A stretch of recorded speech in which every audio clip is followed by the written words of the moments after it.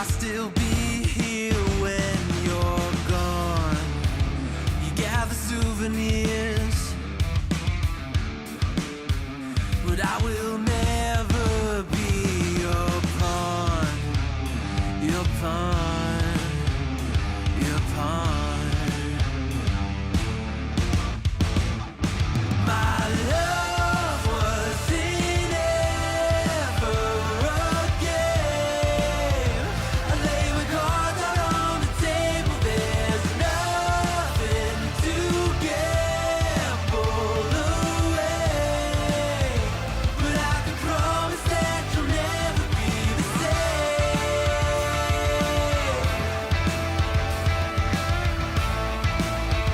But I can promise that you'll never be the same.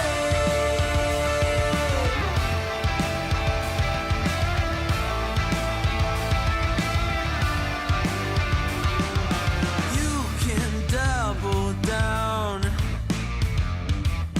I'll still be a proud haven for your love is never love.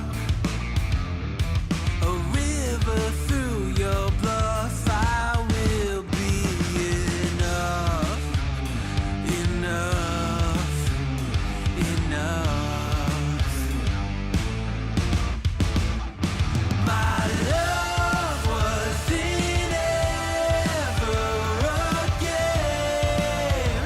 I lay my cards out on the table. There's nothing to gamble away, but I can promise that you'll never be the same. Something you can never take, but it's not uncommon to forsake. Got a chronic urge to complicate. Think of love like a friend, not an enemy.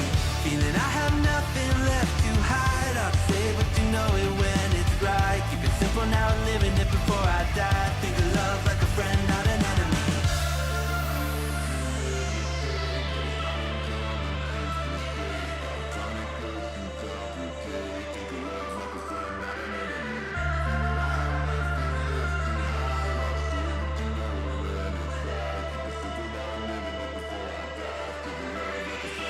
My love wasn't ever a game. I lay my cards out on the table. There's nothing to gamble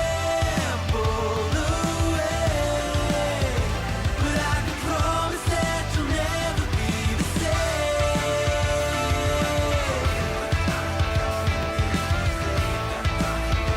But I can promise that you'll never be the same. Shut the blasphemy, Joy Westside. Apple pie is American. You're not stealing it. Maybe I'm a little young, but you don't know what I've become. Can't you see it in my face? But even living in disguise, but you can see the killer in my eyes. I've got a look you can't escape.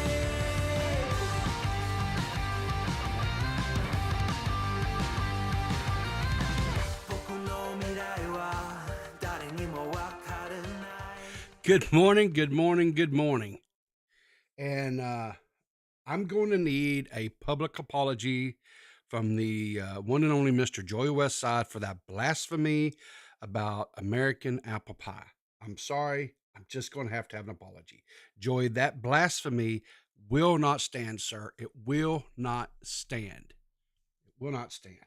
I cannot have that. I'm sorry. I just can't do it.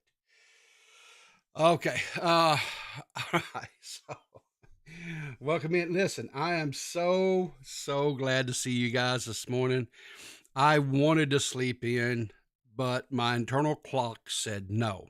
And I actually was like, man, I could go live. But I was like, no, I promised the fans that they'd get to sleep in a little bit. And so I said, okay, I'll delay or whatever. And then we had people like Squatching coming in saying, we need more people, because I don't know how they felt like they only got half of people the last 2 days. I streamed for over an hour, both Thursday and Friday. So I don't know how. Fuck the fans. Come on now, Squatchin. We can't say fuck the fans. Come on now. Then you put me in the same boat as Edwin, and I'm no Edwin, darling. Come on. Oh, Dave's been sick. Well, yeah, I know, but listen, that's Dead on Dave time and his co-host. Peepaw is simply there, more or less kind of like a fly on the wall. I throw up some funny pictures. I do a little game show segment for him, and I kind of try to corral things. But that's Dead on Dave. And I'm part of the team, and I'm blessed to be part of the team, and I'm so glad and thankful that he allowed me to be a part of that team. And Dave is in the last couple 3 years, Dave has become one of my dearest friends, and I think the world of him. I know he mistreats me, just downright is abusive to me at times, but that's just his love language, or at least that's what I tell myself. And so I'm hoping one of these days that the sunshine ray will shine down on him, and he will turn away from his wicked ways, because I love him, and it just oh oh. See, now that's manipulation, Dave, right there. See. Eh. Anyway, so Heaven Savile. No, Lord, no. Listen, I am. I'm not about that life at all. I promise you, you will never, ever, ever, ever. I promise you. I give you my solemn word.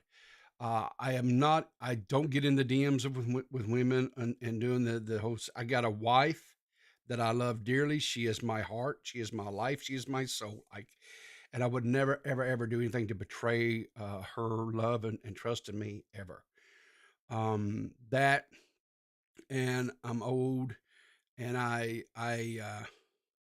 my days of wild oating and that kind of stuff are way past me. And listen, so you're safe with me, right? If we may have to cover, we may have to come, we have to cover some of the sicknesses and stuff that are out there. Matter of fact, let me find. Hang on a second here. I think this. Where is? Let me find it here. Oh, because this I love. I don't know if you guys watch Abba and Preach.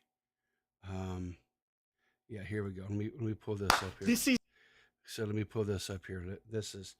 I think Abba here. Abba says this so beautifully. Listen to this. This is a little bit he does, but it cracks me up every damn time he does it. this is a sickness. Yes, brother, preach The it. highest order. Exactly. This is a sickness of the highest order.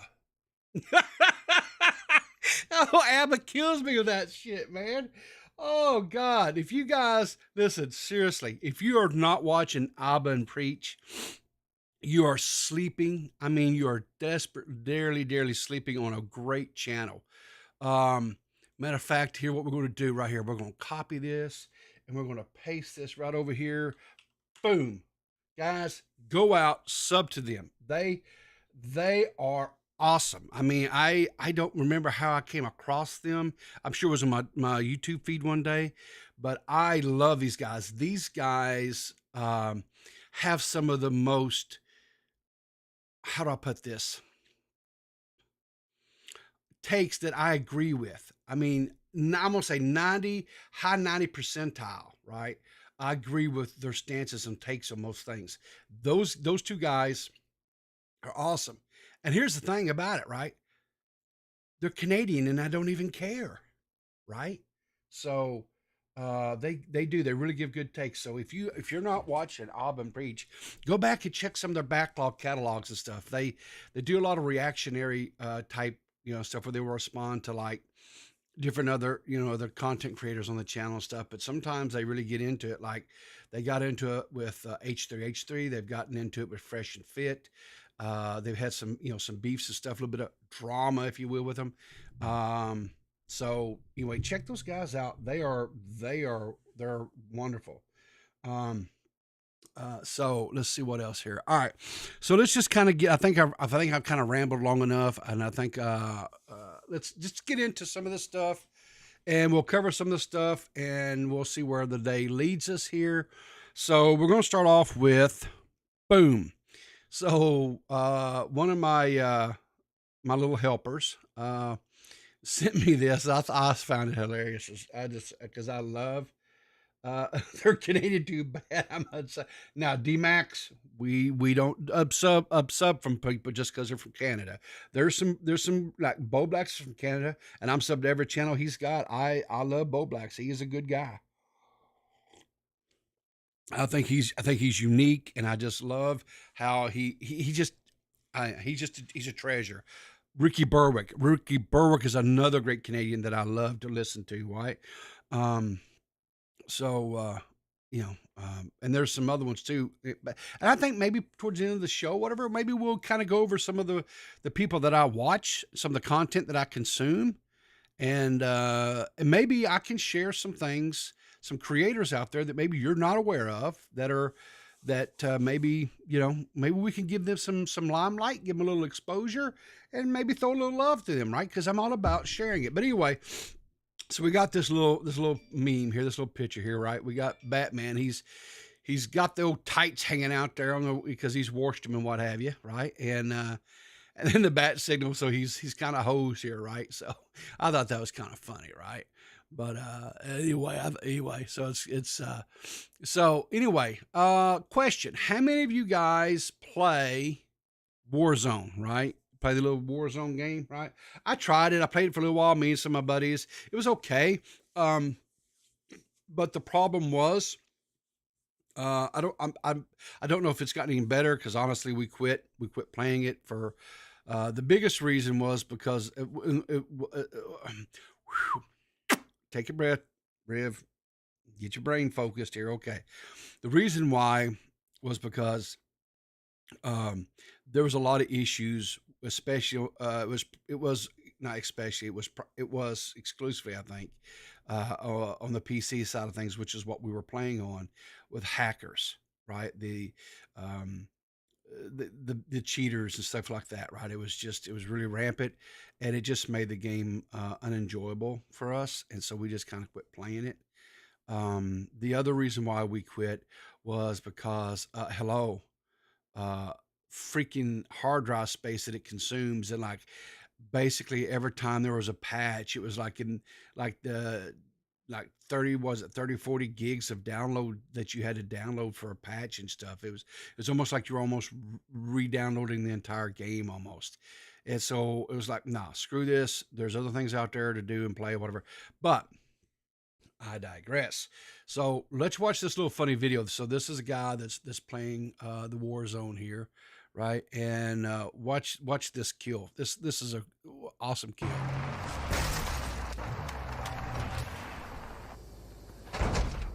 So off the shoot. Boom! Shakalaka laka. Did you see that? The car killed him. Isn't that awesome? I think that's hilarious. I think that's absolutely freaking hilarious. Um, so this next one is kind of a bittersweet story that we're going to cover. How many of you guys out there in the community, out there and viewing, the little viewers, my little our coffee time people here? How many of you guys know Mike the Bike? Hmm? Okay. So Mike the Bike is he's known in our community for his parodies, right? His song parodies. I actually commissioned a song from Mike back some time ago on Nerdy John uh, about being a selfish lover, right? There was a little joke going around about Mike about Nerdy John being a selfish lover, right? So anyway, Mike tweeted out this tweet last night where he was doing a um, charity stream, right? Um, where all the donations that were received that night, um, Half of them was going to go towards his medical expenses because he's got some medical expenses. We're going to get into that in a minute. And the other half was going to go to towards Matt Pitt, getting him because Matt Pitt has a prosthetic and it's like 10 years old, and it's prosthetics have a shelf life, right? And so Matt's on borrowed time with this thing, and this is something that we in the community have been discussing, or whatever, how to do this. Matt, ever the humble guy that he is like, guys, don't do this, and he's he's being um, eh, because Matt doesn't want to come across like with his hat in his hand, right? And I 100,000% get that. The other thing and is that, and this is something that I'm learning, okay? Because sometimes, when we look at a situation or we view a situation, we look at it through our eyes, right? Because that's the only perspective that we have. But there's another perspective to look through this, right? The community that I'm a part of, that we are a part of, right? Either you guys as content consumers, as fans, myself, who I'm a content consumer and fan of these guys as well. We have to remember something. We have people in this community that create content that the our donations to them, right? Our subscriptions to their channels, that is money that they need to supplement their income, or in some cases it's money that they need to provide for their families, period, right? It is their uh, single source of income, right? So this ecosystem, like any ecosystem, we have to be careful, because if we introduce things into an ecosystem that is at times can be very, I don't want to necessarily use the word fragile, but it has to be, it's balanced. And so you have to be careful about things, right? So if you introduce things, right? And here's the thing, everybody wants to help Matt, right? Um, Everybody wants to do things to help Matt, right? So what we have to be very careful about doing is not uproot, because if all of a sudden everybody starts just dumping money into giving Matt assistance to helping them, which listen, I'm not trying to shut that down. I'm not trying to whatever, right? Because I'm all on board. I personally want to do whatever I can to help get Matt a new prosthetic, right? I understand that Matt's prosthetic that he has now is working fine, right?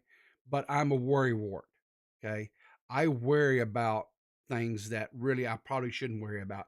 And there's nights that I lay in bed and I can't sleep because my mind gets fixated on these things, right? And a lot of times in cases, it's things that I can do absolutely zero effect on, but I still worry about it. That's just how I am. So I do want to try to come up with something, right, to where we can 100% help Matt, but I do not want to adversely affect the creators that are in this community. I do not want to take and affect their families or themselves. I don't want to do that, right? And I'm not saying what Mike did that, not at all. I just want to be kind of clear on this before we get into this story, right? So anyway, M- Mike the Bike did a stream where people could donate. I think he did shots or whatever, or was kind of a drinking thing or whatever. Anyway, and there's a reason why it is. I have this screenshot like this here, and I don't have the tweet itself up, because when one of my helpers that helps me, put all this stuff together that happens at night when I'm sleeping, they sent me the tweet, and I clicked on the tweet. This is what I found. Mike has his Twitter account is now gone. And I was like, what the hell's going on here? What is going on? Why is Mike's account? Oh, you guys can't see it, can you? I'm sorry, I apologize. Why is Mike's account gone? Why is why is this, right? So I was like, man. So I go out here, and sure enough, his stream is still here. So let's watch Mike's stream here, and he explains why things are what's happening. So, I tried my best to keep this as, quiet as possible, but you're not misreading that. And if you just watched my update video, you didn't misunderstand. I am going, oh, that's the wrong thing. I am going on a bit of a break. Now, these titles are a bit misleading.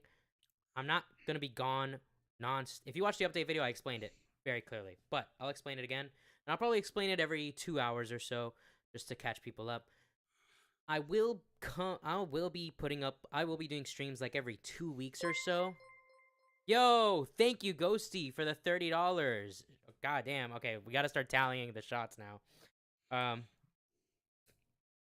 By the way, shout out to Vicky for being the first dono of this stream. So, this is so to quickly explain, Mike's dying. Yes, I am dying. Basically, what's going on is I'm really going to be focusing on finish. Basecamp fades immediately. Peace out, y'all. I'm out of here. No. All right, let me try and focus. All right. So, I'm leaving for about 3 to 4 months. There's 3 main reasons. The first one, my band, we're trying to finish our second album, and I want that to be done by March or April. The second one, the band, my school, if I can finish school and do well, I will be done with school by the end of the year, and I can pursue the job I want, which is being a teacher. And 3, I really want to focus on my fitness. I want to get healthy. I want to get better. Okay. I've always wanted to, but this year I really want to make it a point because, and this leads to the donation stuff. So the reason is because, so I basically have a form of esophagitis.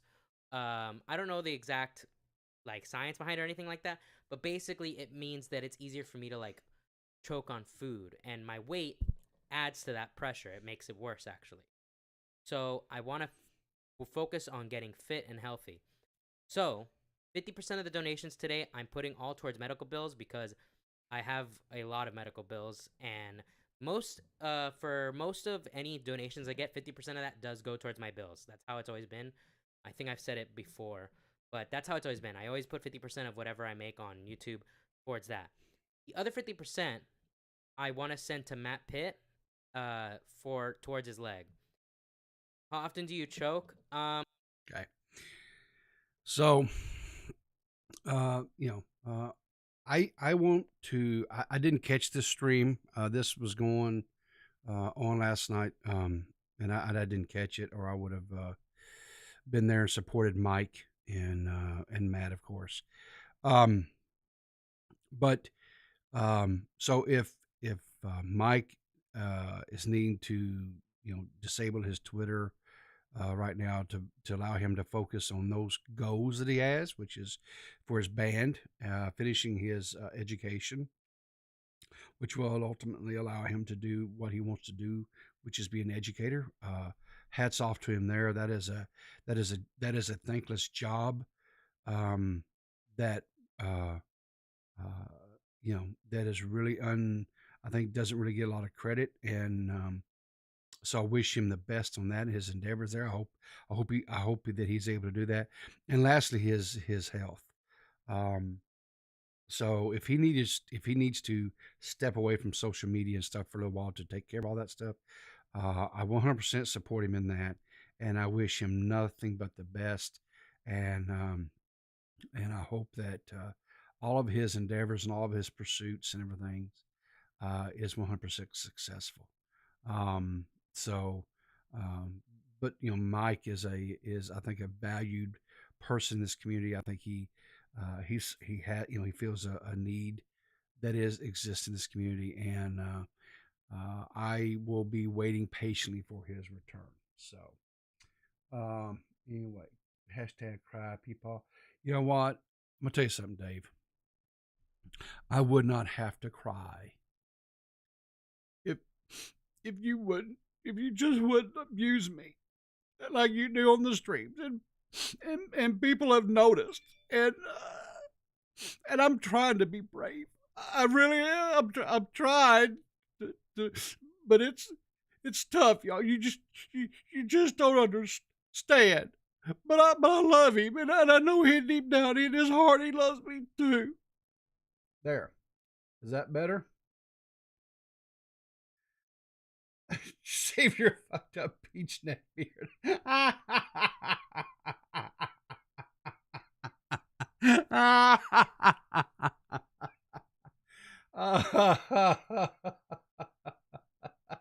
Oh Lord, I love Dave.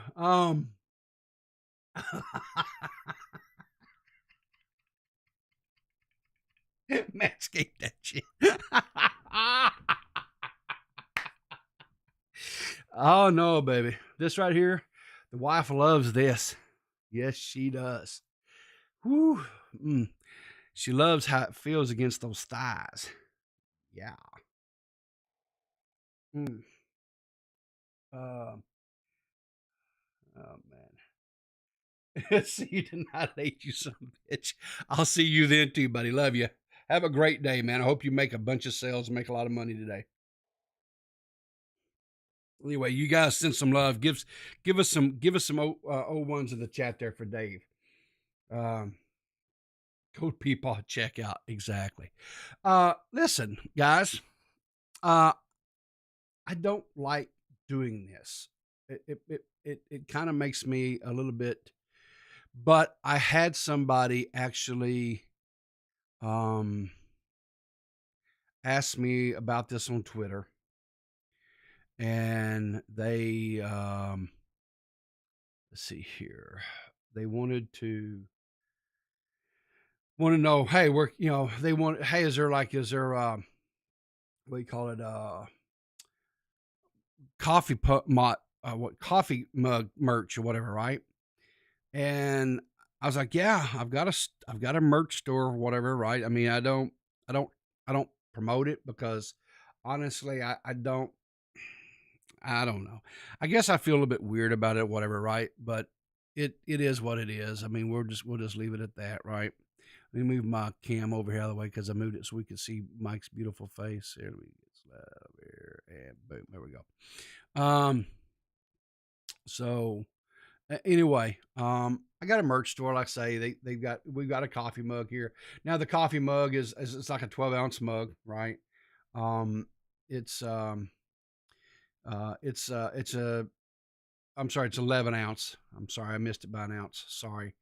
Hey, it does ship to Australia. So Beaver, you can buy you one there, bud. So you can be really cool. But I have one. I bought one. It's a typical 11, 12 ounce coffee mug, right? So if you have like an average size hand, like I'm sure Beaver does, you probably could grip it easily. I had a hard time with because I got these big like mitts here. So I had a little bit of difficulties with that. But the other thing I will tell you is that everything that's on here except for the sticker and the mouse pad, I've gotten one of, right, to test the merch because I wanted to make sure that it was decent quality stuff and it was not going to be something that would be just crappy because I set the price point to where it's just basically a buck or two over what the actual cost is to make it or whatever that the vendor here or whatever sets it at. And this is Stream Elements. So, but like a hat, I've showed you guys some of the stuff for the hat is nice. They've got different ones. I personally, I myself, got the camouflage one, and I got several compliments when I wore it out about how they liked how the purple and white really pop off against the camouflage. I got camouflage white because I live in Arkansas and I'm pretty much a hillbilly redneck. So anyway, but it's and it's got the little adjustable plastic snaps in the back or whatever where you can adjust it so it'll fit whatever size head you have. I got my mom um, one of these, which hoodie was it? I think it was this one. I got my mom one of these hoodies, and she loves it. She's a big hoodie wearer. Says it's very comfortable, very very warm. It's got it's a typical hoodie. It's really good quality. The I don't know what you call it, the decal or whatever that they put on the front of it is not like an iron-on type thing. It's really nice. It's really. I got myself a T-shirt, and I'll be honest with you, I don't wear it all that often because I feel a bit weird walking out wearing my face on my shirt, but whatever. And then I got my wife one of these T-shirts here, the women's T-shirt, and she really likes it, and it's comfortable, and she likes it. So anyway, I think I think the bot actually that I have run the Stream Element bots sends the link or whatever to the store, but since I'm being silly here, whatever. So there you go. There it is. There it is. There's the story. If you're inclined or whatever, don't. If you don't, you don't. Whatever. That's fine too. It's. But and the reason why I brought it up was because I had somebody actually ask about it. Whatever. Right. So. Anyway. Uh.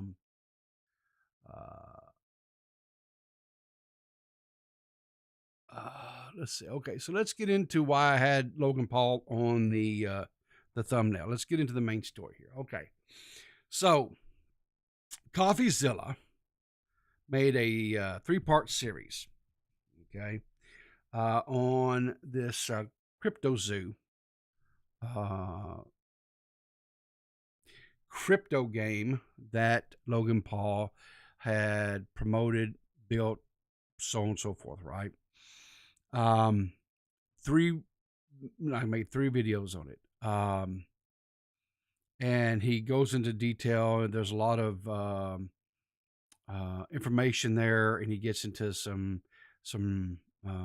things that can, for me, I found it was okay. First of all, the videos are very, very good, but he gets into some terminology and things that, because I don't do crypto, I kind of had a little bit of problems ingesting and understanding it fully, right?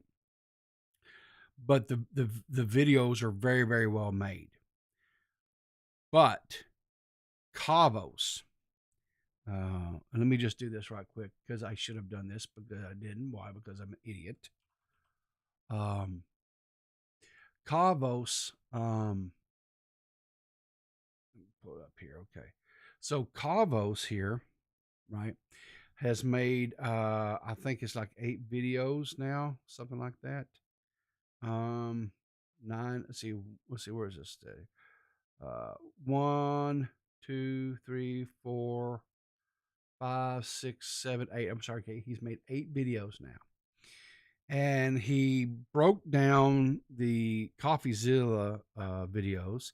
He broke down the first response video that Logan Paul put out and has now deleted.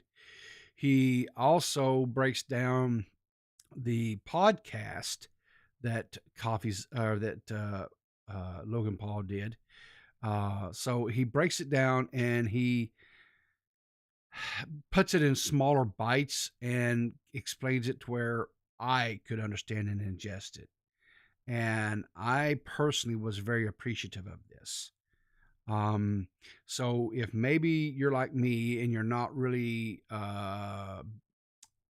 into the crypto and you don't really understand that whole world, and because it can be quite complicated, um, you know, because there's been some creators that have come forth that has divulged that while they initially made a lot of money in crypto, they turn around losing base everything that they uh, put in initially, and then as well as what their gains were, right? Boogie has talked about this.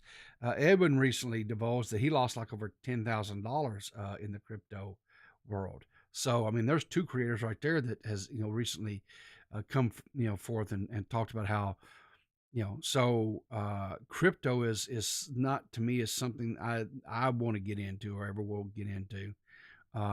because I don't understand it, and I think it's so volatile that it's anyway. But Cavos, like I said, did has done some videos on it that I found a lot easier to digest. But anyway, so Logan came out, unequivocally denied all these this information that Coffeezilla put forth. Right, did a big podcast, talked about it for over an hour. Him and his cohorts really kind of uh, went ham on everything, and about how saying that Coffeezilla was misleading and that he was not being factual. Logan Paul said he was biased, that he was basically a hack journalist, uh, really attacked Coffeezilla's journalistic integrity. Um,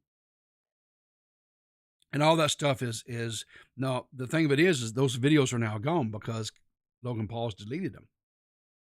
But if you go to Cavos' channel and you watch those videos in order, those 8 videos he has now done, right?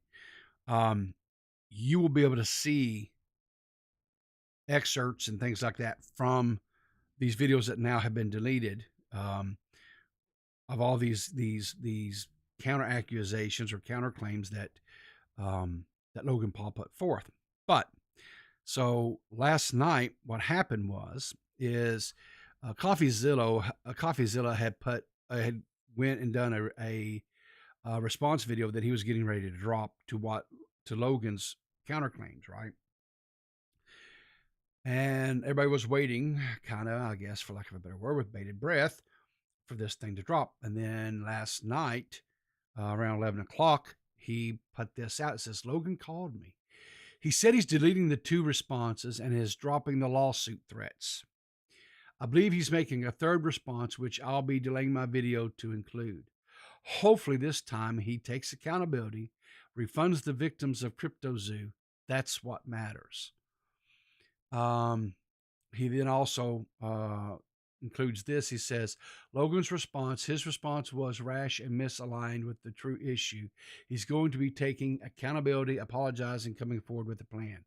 And here's what, this is what was put out. It says, hey all, just wanted to update you. I deleted my initial response to Coffeezilla's series. It was rash and misaligned with the true issue at hand. So I called him today and apologized. The war is not with Coffee. In fact, I am grateful he brought this to light. I will be taking accountability, apologizing, and coming forward with a plan in the near future. Thank you all for believing in this project and sticking with me. I know it's been bumpy, but your support is everything to me, and I will make this right. So that's where we stand now. Hopefully, okay. And then Calvos responds to this. Still trying to come to terms with how huge the dub is, boss man. Wayward Surfer says, damn, Coffee, big ups. Yes, this is a huge win for Coffee. You know, the thing of it is in my opinion, when Coffeezilla does a video about, and he specializes in this whole crypto world, right? And some of the, and I think these are probably fair statements and claims that people made in against Logan's response. Was Logan was responding solely to the whole CryptoZoo thing, right? But if you go back and if you watch Coffeezilla's 3-part series, if you haven't, you watch and pay attention. He doesn't just focus on just CryptoZoo. He also brings up these past endeavors that Logan Paul has been involved in that quote unquote were rug pulls. Again, I don't understand a whole lot about the crypto thing because it's something that I personally don't, dabble in or anything. But my understanding is what happens is you will have a influencer, creator, whatever, that has a large, following or whatever, will hype up a cryptocurrency, a coin or whatever, right? And they will get people to invest in it. And what they do is they give their their friends or whatever, that what they'll give them some initial coins and whatever, stake in this thing. And then it goes live, and all these other people will get out there and they will invest money into this thing. And then at a certain point, these fans, or not fans, these friends of theirs that were given these initial, you know, stock, whatever interest, these coins or whatever, right, will sell out and take their bag of money. And when they do that, it causes the the value of these crypto coins to drop, to tank, right? And so then what happens is the people who came in, the followers of these creators, right, these content creators, these their money basically goes away. It vanishes. It disappears, right? Because the coin tanks and drops, and it has no value then, right? So they're left holding this, you know, crypto coin that then is worth nothing. And so that's one of the things that, Coffeezilla also addresses in his 3-part series. So it was not just Crypto Zoo, right? There was the Dink Doink thing he did as well, right? So I know that this is going to be because Dave has really been a lot more so than myself, has really been following this, and I have an idea that this will be a topic of conversation this evening. Um, so, um, so anyway, if you want more on this stuff, definitely tune in tonight, because, like I say, Dave has a lot better grasp, understanding of this stuff than I do. So he's been following this a lot closer, and he'll have a whole lot more insight on this. I know, like one of the streams that when we were earlier on in this stuff, we was covering this. Kavos actually called in and talked with Dave about it. So I don't know. Like I said, but definitely keep an eye on that. And again, that'll be at 8 o'clock this evening over on Dead on Dave stream. Okay. So now that we've kind of covered some real world stuff, we kind of laughed about some stuff, whatever. Had a little bit of a moment there with Mike the Bike, whatever. Let's get into, I guess, a little bit of drama, whatever you want to call it, right? Yeah, a little bit of drama. Okay. So this next little thing we're going to be covering here is Dave feeling better? Yes, Jessica. Dave is feeling better. I think I can talk about this, and I don't think this is letting anything necessarily out of the bag or whatever. Because he has mentioned this, whatever. Dave was injured back years ago when he was in the Army. He was injured while he was over serving in the Middle East, and he received a traumatic injury to his spine, and he has permanent nerve damage and stuff to his spine.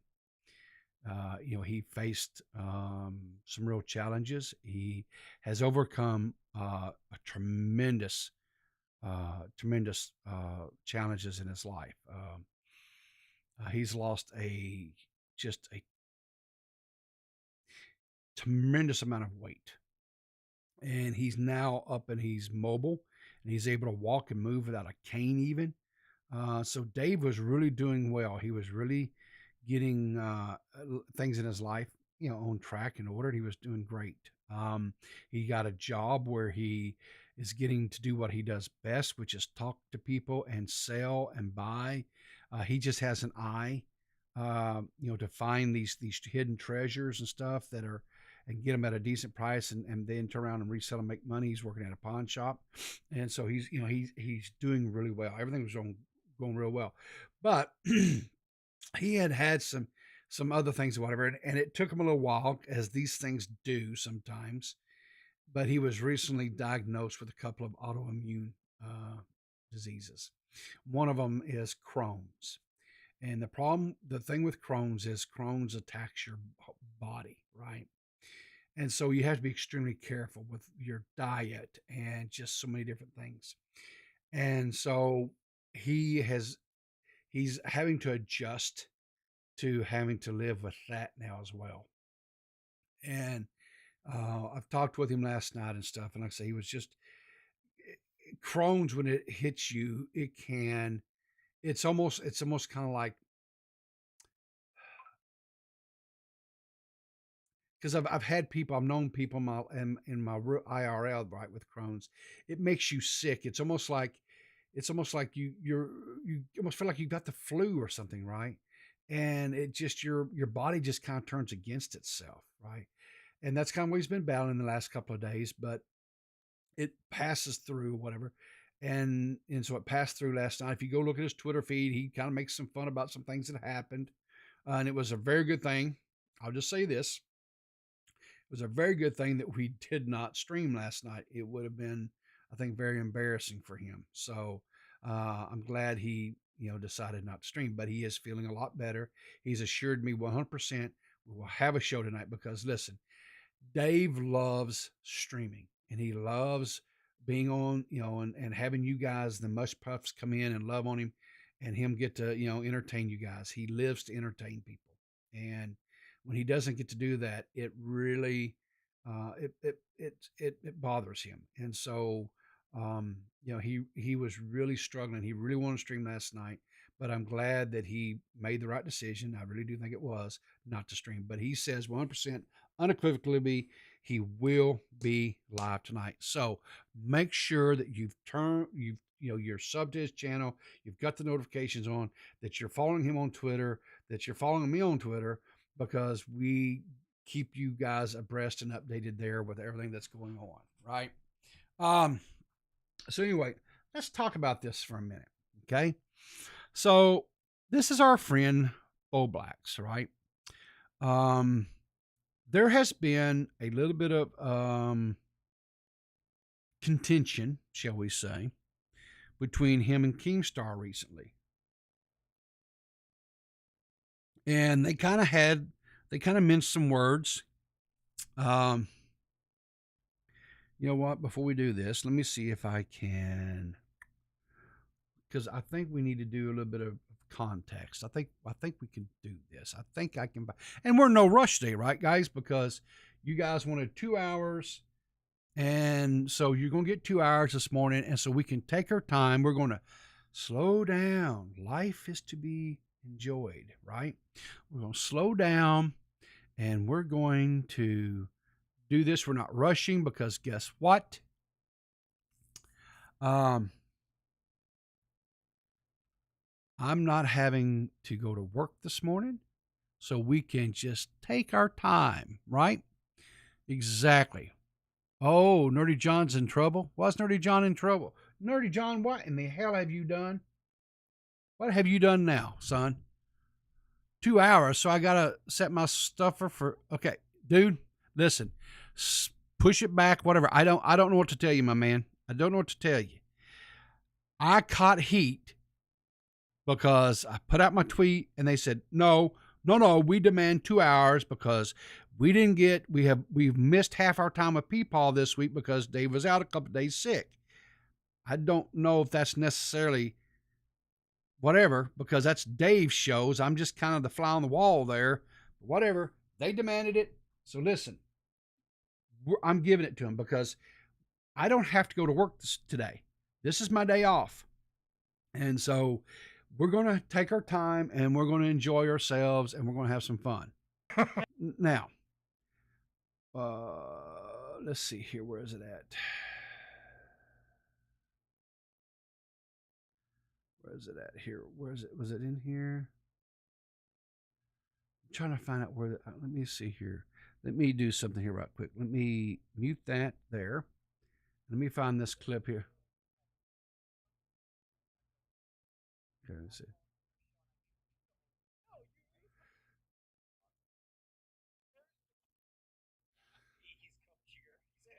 Let's see here.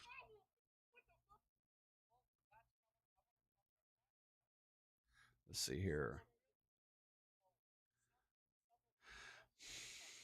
Okay, here.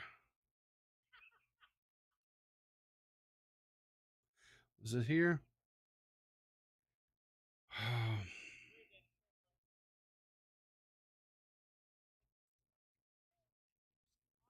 Where's this at? Hang on here, guys. Just bear with me.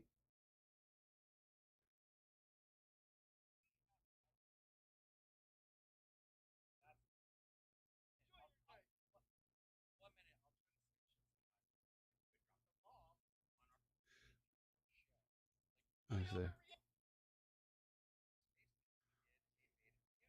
Yeah. Come on here.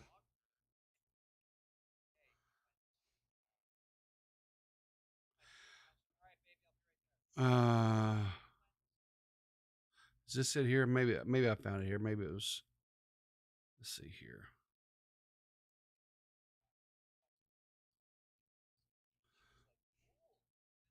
Okay, I think I found it. I think I found it. I think I found it, folks.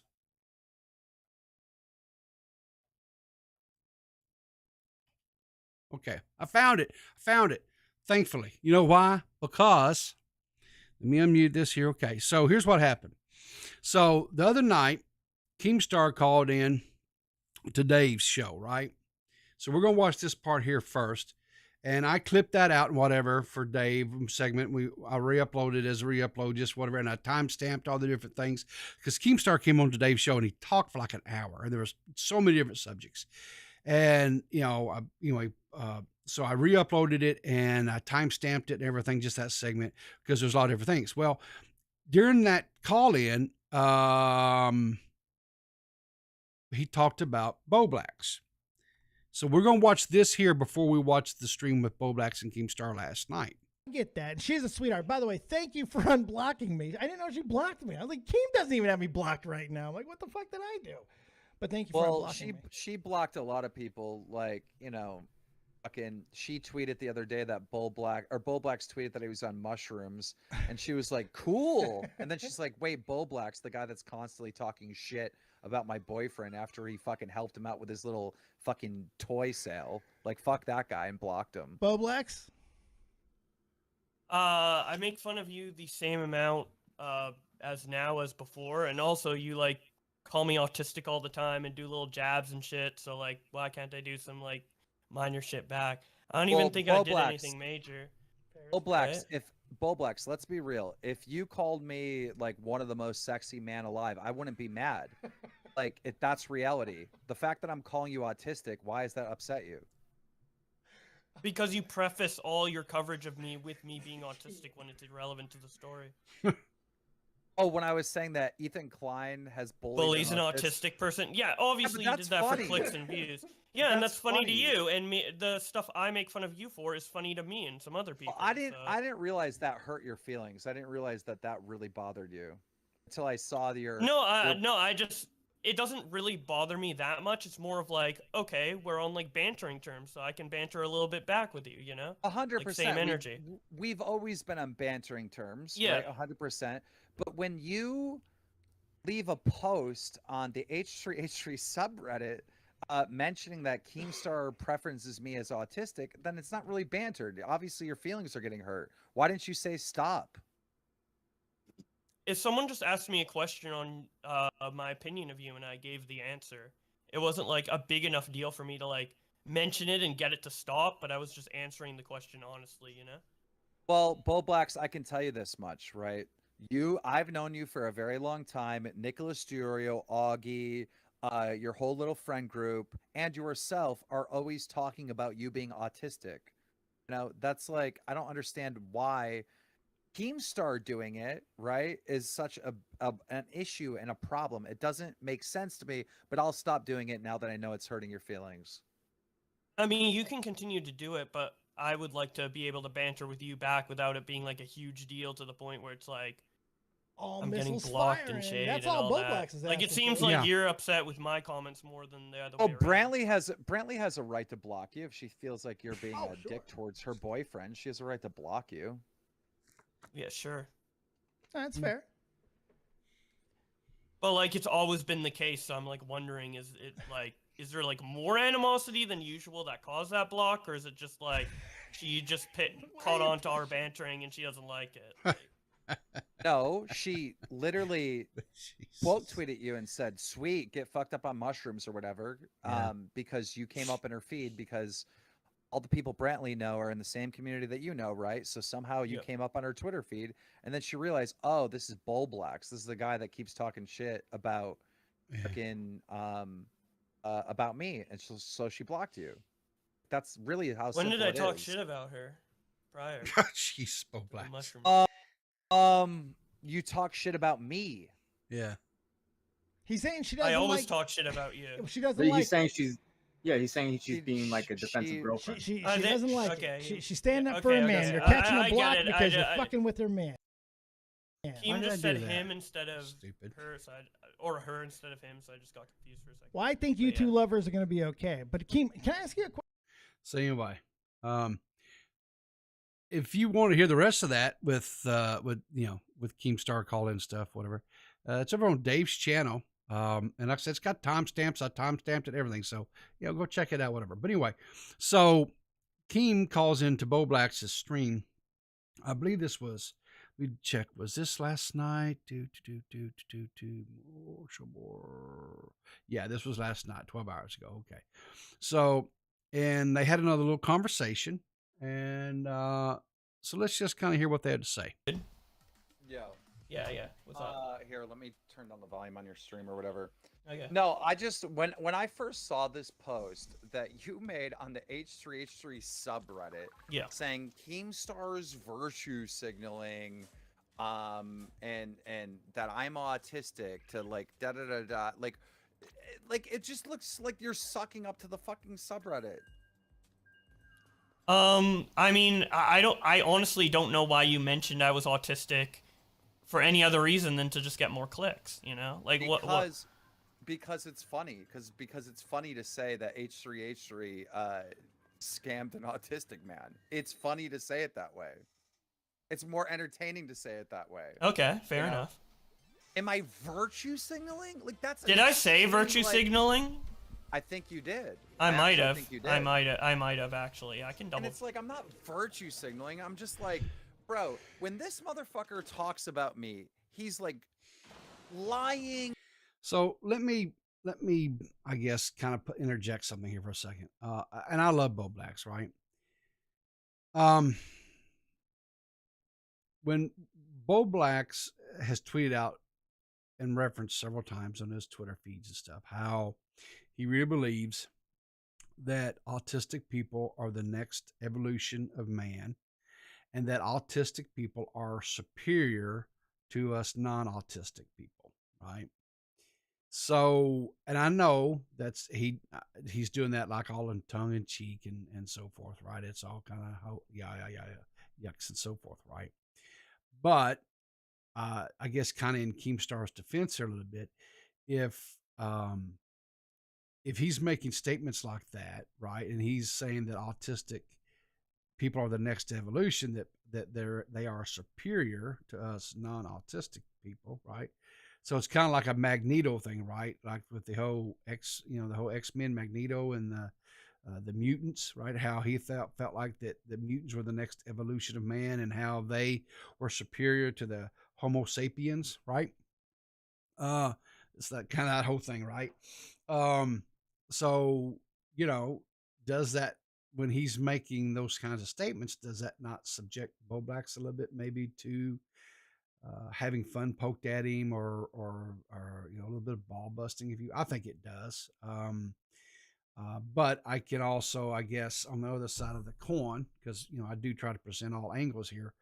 I can see where if a person, I guess, continuously associates you to one thing, right? With autism and Beau Blacks being autistic, it's almost like you're saying that he's limited by it, or that he is defined by his autism. And I don't think that's necessarily true. especially with Bo Blacks. I think Bo Blacks is a very talented person. I think he's a very entertaining creator. And I don't think he's necessarily defined by his autism. But I will also say that some of Bo Blacks' most memorable moments in his history, or his what do you call it, his lore, is when his autism kicks into full mode. We have things like Mute that motherfucker! right, the let me speak, that type of stuff, right? So we do have moments where his autism is on full display. So, but I think the takeaway, and we'll finish watching this, is I think maybe possibly uh, Bo Blacks and Keem kind of have a come to an understanding. Manipulating facts like, Brantley's just a child, this and that, right?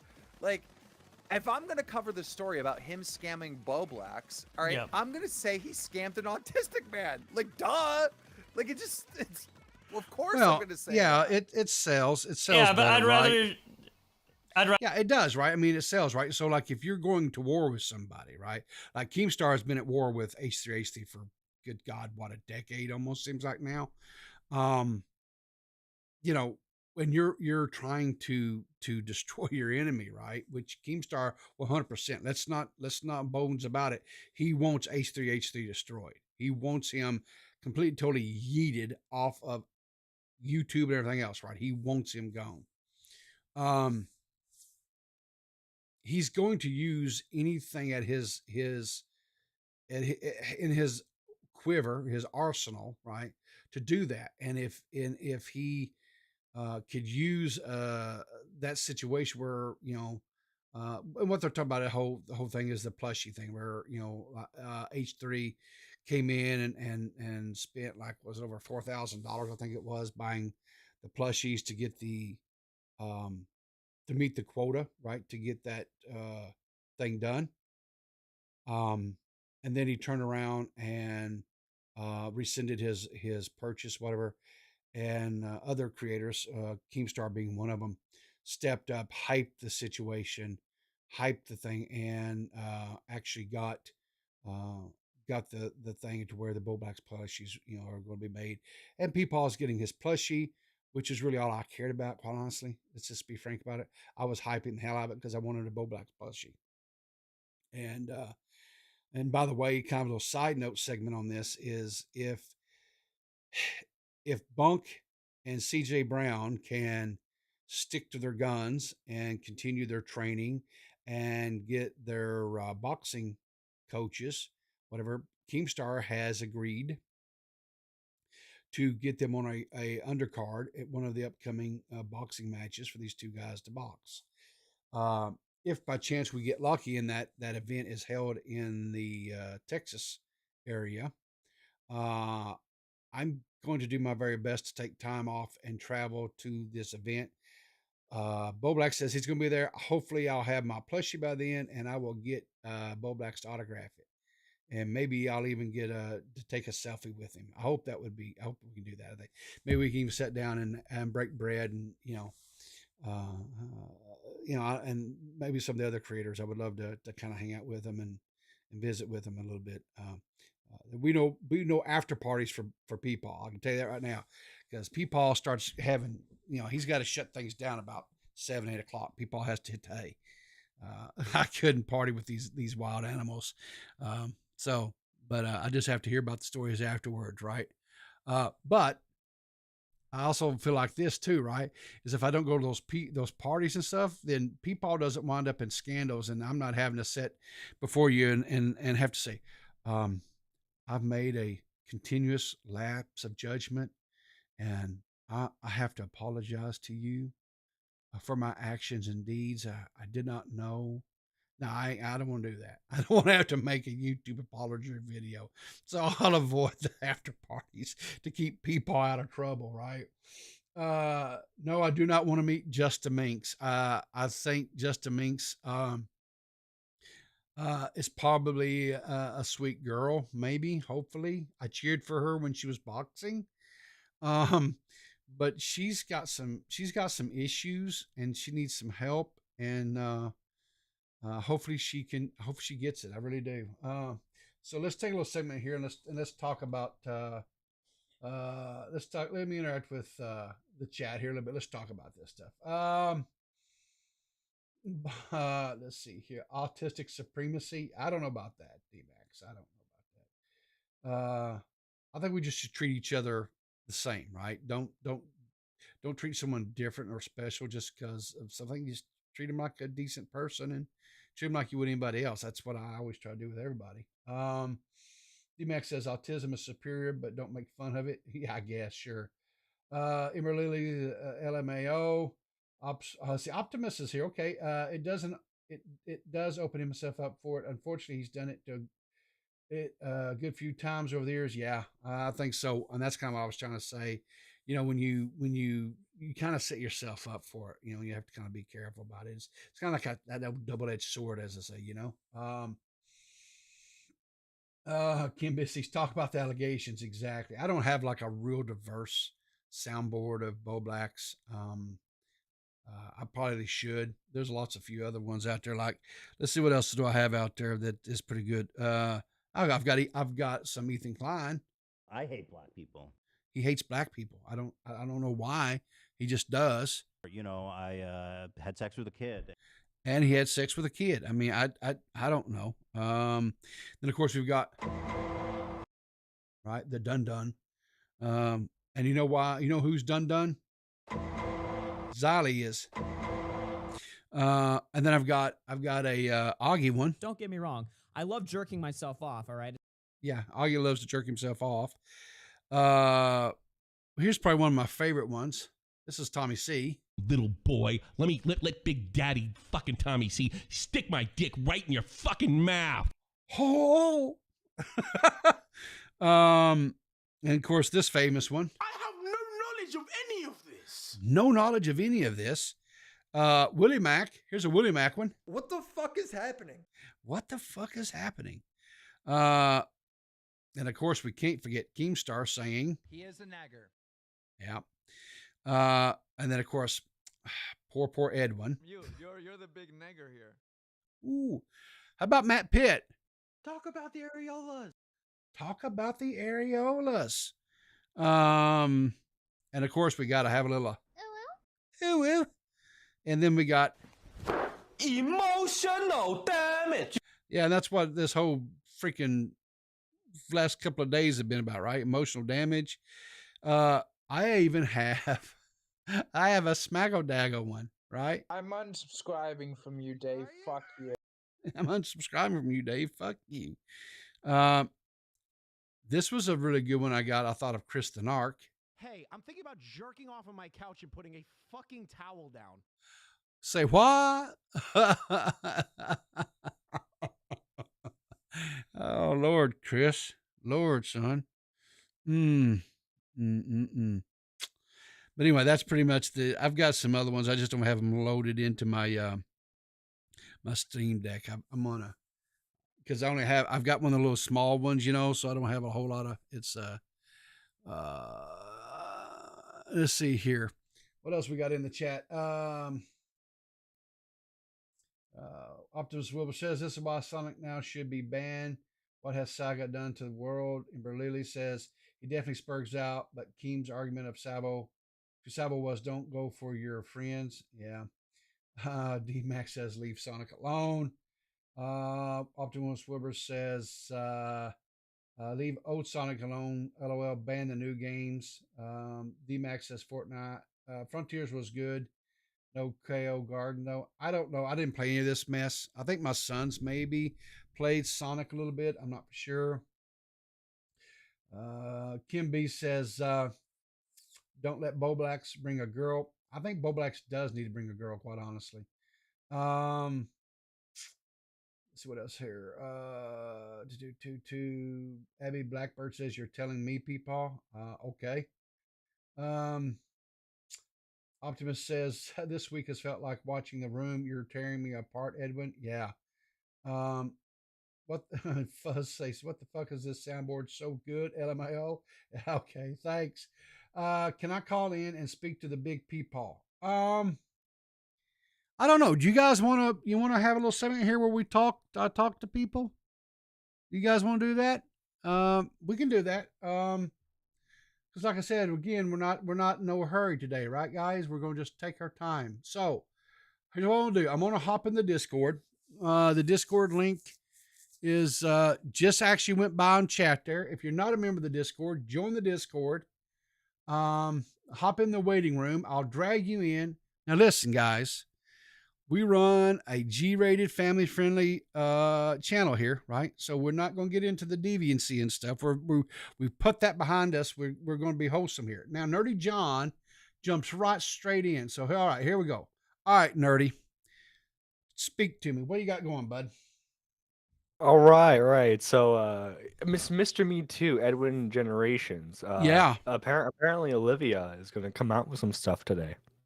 Olivia. Okay, now Olivia was the young lady that was from the Mama Max community that was allegedly, in some way was, I guess, like had some allegations towards Mama Max, correct? Yeah. And then she got into a Discord call with Edwin and he jerked off to her. Well, it's worse than that, though. There's more lore there, because what happened is on Zolly Gets Real on her stream one night, she and Edwin played matchmaker between Olivia and Beau Blacks. Did you know that? Yeah. They set him up with her, and then he was flirting with her still.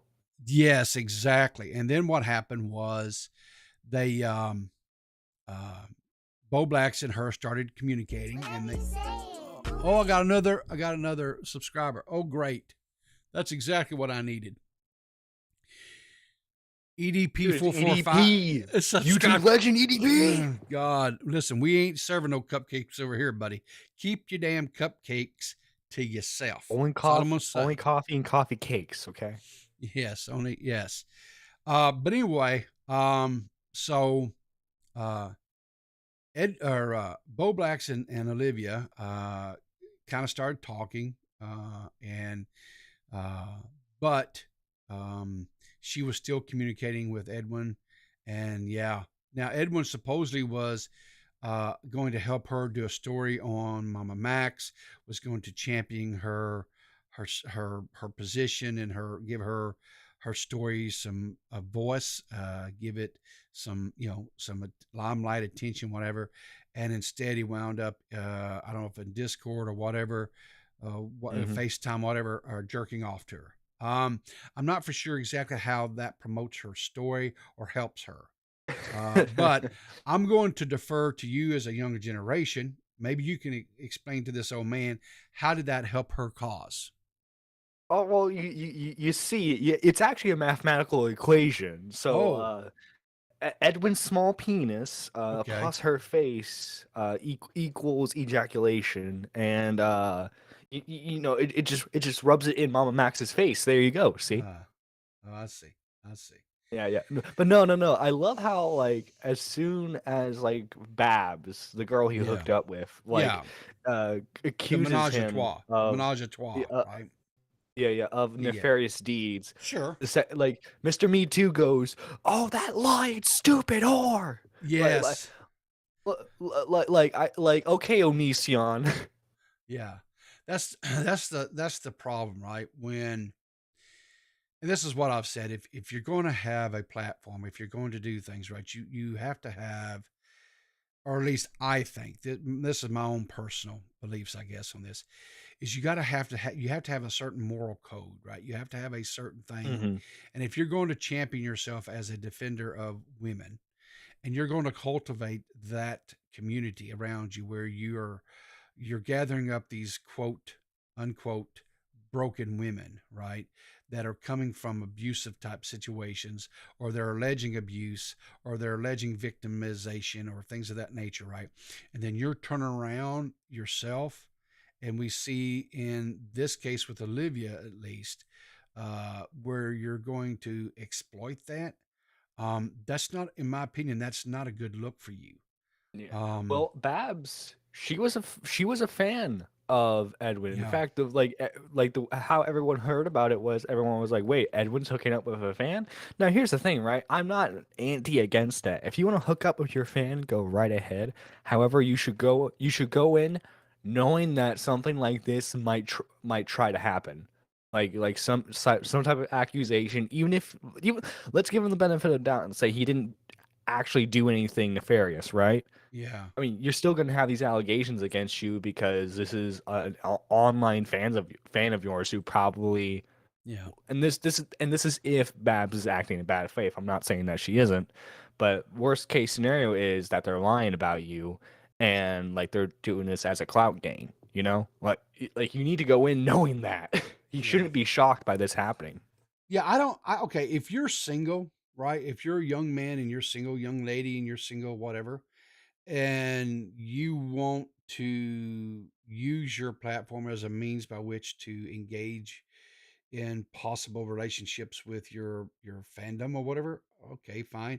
It's nothing new. I mean, hell, that was done ever since, when musicians Rockstar started. mentality. Yeah, I mean, I'm fine. I don't give a shit about that, right?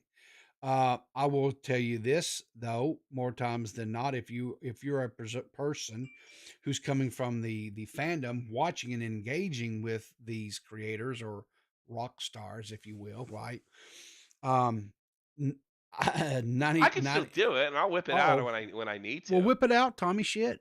Edwin DeGeneres Generations tipped $1 says, "Please stop talking about me. You're revealing my techniques to the masses. How else would I get all these women?" Well, True. that's true, right? Hey, if you got the game, whatever. What I was going to say though, completing my thought there is, more times than not, that doesn't work out, right? So understand, you're just there for a good time, not for a long time. Just understand that the chances of it becoming a long lasting marriage or long lasting relationship, whatever it is that you subscribe to, as far as that philosophies, it's generally, it doesn't work out that way. So just know that, right? This is not some Hollywood movie where you ride off together in the sunset in the pumpkin coach. That's not a thing. Just be aware of that. Anyway, so you're going to do a show here in a little bit there, I guess, Nerdy. Is that right? Yeah. We're gonna go over Okay. the new guys. Wake up! New rape allegations on Twitch. Oh, jeez. I've known a little bit. I've heard rumblings. I haven't really dug a research into this because, quite honestly, I'm so sick of this. This seems to be a reoccurring theme from that community, and I'm just over it. And I don't. Dude, like I told this to a bunch of friends yesterday. But Yeah. like Twitch is like the crappy version of the political world. Like it's just like a bunch of like very crappy wealthy people just Yeah. cut a bunch of essays. So, question, and I don't want to get into this too much because I don't want to take your content for your stream or whatever. But just for my own edification and to see if I even want to dig into this, is law enforcement even involved? Yes, actually, Okay. yeah. The All right. first thing that the girl did was do the kit and everything, and then Okay. report it to the police. Okay. Yeah. Okay. I'll tell you what. I will dig into that then, and I will look into it because my number one rule, period, is and I had to adopt this because it just got to where every day we turn around, someone was being accused of some sort of sexual malfeasance, right? Is Mhm. if there's not law enforcement involved, then I'm not getting involved myself. I'm not going to Yeah, report it. I'm not going to do anything. this is worse. This is potentially worse than Ms. Kiff's cover up. Really? Yeah. Wow. Obviously, you don't have to look at it right now, but Oh, I I'm sent not you going the to. link to Okay. Nick's thread about it. Sure. But Okay. I'll dig into this because this may be actually something, for a future, stream. Here's the thing though, honestly, I don't think that's the type of content that early morning people want to deal with. As Dave says, we don't want the baby dick in our ears, right? Because we're getting up in the morning, we're having our coffee, we're trying to relax, we're trying to, we can have yucks and laughs and things that stuff, but I think personally, even the whole stuff that I covered, a few days this morning, previously that stuff was kind of really pushing the limits Yeah, to I mean, where, yeah, technically with the Edwin stuff, like it does technically involve stuff of that nature, but like the way Edwin's so slimy about it, yeah, and just yeah, about everything overall, it just makes it more funny. yeah. Well, I wouldn't say anything that happened with so far that I've heard come out with Edwin's is not in any way to where it's like uh essay type things or anything like that. But what I will say is it's Right, right, definitely right. manipulative. He definitely was manipulative and is optically not a good look, especially for somebody who champions them as this very pro woman, pro, you know, uh, Yeah, I got a comment yesterday on like my compilation video, yeah. and the comment basically just read he's Oh, the Jesus he's the goth Christ. version of the best like the Mr. Nice Guy. Well, I'm batting 1,000 now because now Line Maker has subbed to the channel too. Yay! Yo, yo, EDP and Line Maker. Go Team dude, you need to get Pedo. Pyrocynical to sub now. Fuck. Well, yeah, but Pyrocynical ain't no damn pedo, so Jesus He's a wept. degenerate. Okay, fine. He's degened. Not gonna argue, but at least he wasn't pedoing it up. So anyway, listen, I'm gonna let you go. I've got another caller. Thanks for calling in. Good luck on your stream. I will route everybody over there to you. Have you got it up and set up and ready to go on your Yeah, on the yeah, link? thank Okay, you yeah, kindly, P. Paul. yeah. Hey, no problem, buddy. Good luck and continue doing a great job over there. All right. Okay, so Fuzzface, what you got going on this morning? Hello, Fuzzface. You're blowing it. Oh no, he's muted. She's muted. They're muted. Okay, your mic's not working there, buddy. You're not server muted. You should be able to talk. Yeah, can you hear me? Oh, there you are. Yeah, what's up, Fuzzface? Yeah. I just want to say I love the show, Peepaw. Oh, thank you. I appreciate that. You're my favorite old man in the whole community. I think I'm the only old man in the community, but okay. Okay. Tommy's an old man. Okay. Dave's an old man. I mean, anyone above 30. Anyone They're above all 30 is boomers. old? Okay. Yeah, boomers. Okay. But you're the best. Oh, I appreciate that. And from my heart, I want to ask, what's the Riverter story? You want to know the story of how Riverter, how I got my name or what? No. Just your backstory. My backstory. You're like sorry, continue. You're like the protagonist in an anime. Okay. So you want to know what the lore is of Riverter. Okay. Yes, absolutely. All right. So I showed this the other day on stream because I was counteracting some of CJ Brown's misinformation because he didn't research well enough. But I created my YouTube channel was actually created, I think, like in 2009, I think it was. But we can double check it here right quick just to make sure. Let's see here. Go to about. I'll bring it up here on the stream where everybody can see this. Yeah, 2006 actually. My YouTube channel was created in 2006. Okay. I made my first actual video on YouTube back in 6 years ago. I don't want that to play because I don't want you guys to be subjected to it. It's horrible. In March 28th, 2016, I made my very first commentary video. And I was talking about like Mr. Black Darkness and Basherverse, rest in peace. He passed away not too long ago. And Tommy NC 2010. And so anyway, that's kind of what because I was watching commentary videos because I think it actually stemmed from, I'm a little bit fuzzy because it's a long time ago. It was either a video came across my YouTube feed it was either Colossal is Crazy or Keemstar's Drama Alert. I'm not for sure. And from that, I discovered an entire new world because I was the only reason why I went to YouTube was because MTV had quit playing music videos, right? So I couldn't go and watch music videos anymore. And I would go to YouTube so I could go watch some of the old videos that I loved from bands that I loved when I was in the 80s and was, a teenager and stuff, right? So I'd go over there and I'd get my fix watching, Motley Crue and Rat and Cinderella. Shakira. No, not Shakira. Maybe though. Well, later on, Secure, but as far as my teenage years, it was like Motley Crue, Def Leppard, Judas Priest, Black Sabbath, things like that, right? And so go there, but because I thought that's all YouTube was music videos and things like that.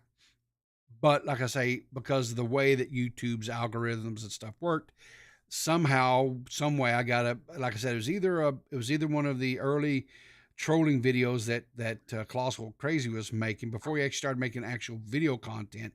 He has some trolling videos that he would do, gameplay trolling videos, kind of like what Keemstar did back in the day, right? Yeah, the FAG. Exactly. Or it was a Keemstar Drama Alert video. It doesn't matter. But from there, I discovered other creators like Leafy is Here, Grade A Under A, Pyrocynical, No Fuckers, Tommy C, Dead on Dave, people like this, right? And I started watching and consuming that content. And for the longest time, I was just a lurker. I lurked, I watched, and I started really enjoying it and stuff. And what happened was one year, my wife was asking me, what do you want for Christmas? And I said, I would really like a microphone because I think I want to try making YouTube videos. And so my wife bought me, hang on here. Let me get it where I can pull it up maybe. Let me unplug this here. Is it some weird sex stuff or the microphone? It is weird. It's super weird sex things. Good. Hang on, let me go. Okay, so here it is. She bought me the classic snowball, white, blue. I think it's called blue snowball, white snowball, whatever it is. Blue snowball. Yeah, remember this? Yeah.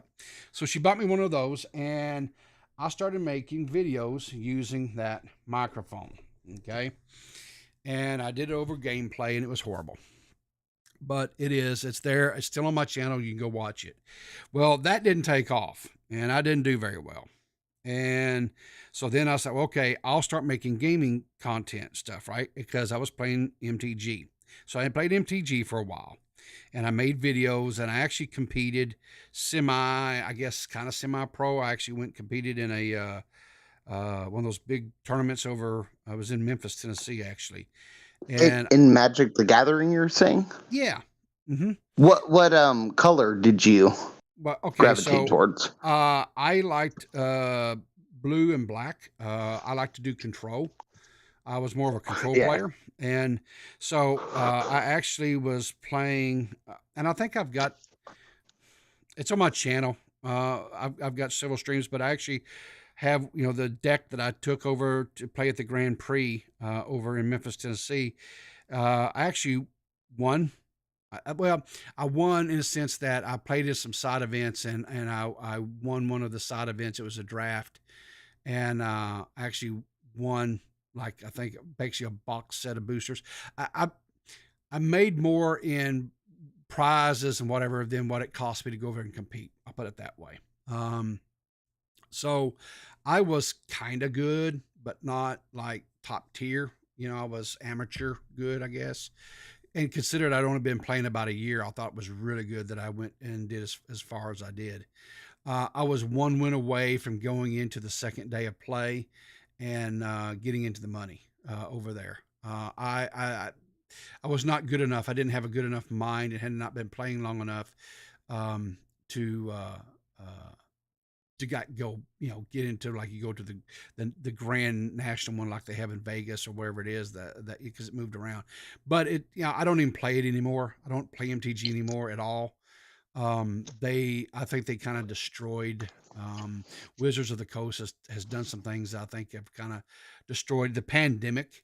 really didn't help any at all either, because the card shops and stuff, you couldn't go play Friday night and that type of stuff. And so many people moved away from playing standard, to where, because it got so expensive because of the card rotations and stuff.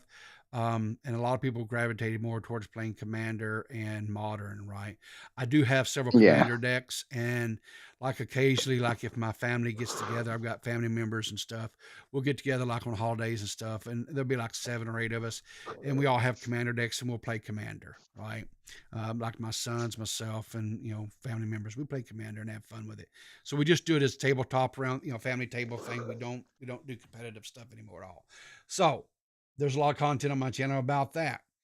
And then what is this, 2023? So then right at the end of 2019, I decided one more time I was going to give this one more shot, trying to, I guess, get what you would call some notoriety or whatever.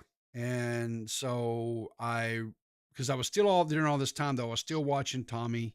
I was, and other people in the community and stuff, but I had started sleeping on Dead on Dave. I had kind of stopped watching Dave. Yeah, he's an old man. Well, no, it's just that Dave had shifted. Yeah, I'm just kidding. Yeah. What happened was, honestly, is Dave had shifted from doing. He'd kind of gotten out of the drama stuff, whatever, and he was on Twitch, and he was playing. He was really big into the Pokemon and all that kind of stuff. And I don't do Pokemon. I just don't know. I don't understand it. I don't have any interest. It's not. I don't have anything against the game. It's just not my bag. And so. One day, because of the pandemic, I was forced to work from home. I was sitting there and I was like, you know what? Twitter, I was scrolling my Twitter feed, and had been following Dave or whatever on Twitter still. It came up and I seen this thing. Yes, I'm going to watch Dave. So I started watching Dave, and I remembered how good of an entertainer he was and how funny he was. And Dave remembered me from back in the day. And so, he called me friend, and I said, I wouldn't say we were friends, we're acquaintances. And that really kind of started our relationship right there and then, where it is today, because he took offense to it. And I didn't mean it as an offense. It's just that the way I come and whatever, if you're an acquaintance, if I've met you, maybe I've talked to you once or twice, but we don't really have a relationship. We've never really sat down at a table, broke bread or anything like that. To me, that's an acquaintance. It's not a friend. And so, and Dave hammed it up, as Dave does. And as they say, the rest of it is history. Dave and I have been, our relationship has grown and stuff. And now Dave is probably in the top 5 friends that I have. And I'm hoping that this next year I can work it into my schedule where I can actually travel and go see Dave, and maybe we can actually do a stream together in person. And I think that would be a blast. I would love to do that with Dave. I don't know if it's going to happen or not, but I'm going to try to facilitate that. And that's really my story. So 2 questions. Yes, sir. First of all, thank you for letting me call in. I've never called into a show before, and it's great to talk to you. Second, or I guess first question, you work a job currently, correct? Yeah, I work from home. I do IT work. Is that the same job you've held for a while, or have you changed careers? I have done IT work ever since 1990. I've changed jobs several times. When I first started doing IT work, I was doing field work in retail. I was doing, the back end servers, cash registers, things like that. And I did it in retail. I did it in Illinois, in Indiana, and Michigan, places like that when I first started. Well, actually, I started off around Louisville, Kentucky area, doing, Kentucky, Southern Indiana, things like that. And then I moved for the company over into Illinois, and I was doing in Illinois and Indiana, and then I moved from there for the company back over to Northern Indiana. Was living in a town called South Bend, Indiana, which is right up there where Notre Dame is. And so I was doing that, was in, again, Michigan, Indiana, Illinois, that type of thing.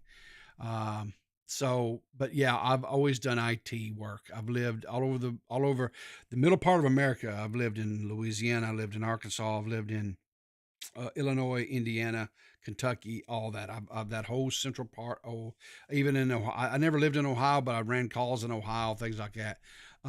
So I've done all that kind of stuff. But I shifted out of doing retail work about, let's see, it's been now, let me think here, about 20 plus years ago. I shifted out of that because started having kids, and that job was so demanding. I was on the road. I was away all the time. I was never home. I was having to work holidays and everything else. So I didn't get to spend time with my sons. And to me, it was more important to be there for my sons growing up, to be, so they would know that their father was an actual thing, and not just they just didn't see dirty laundry and a cup or dish in the sink every now and then. So I quit a very good paying job, and took a job, and I started working at a public school system, K-12 school system in Arkansas. And I did that for about 15 years while my sons were in school, because it worked well, because I had the same calendar, right, as they did, right? So when they were off, I was off. And so when my sons were growing and developing, I was able to be there.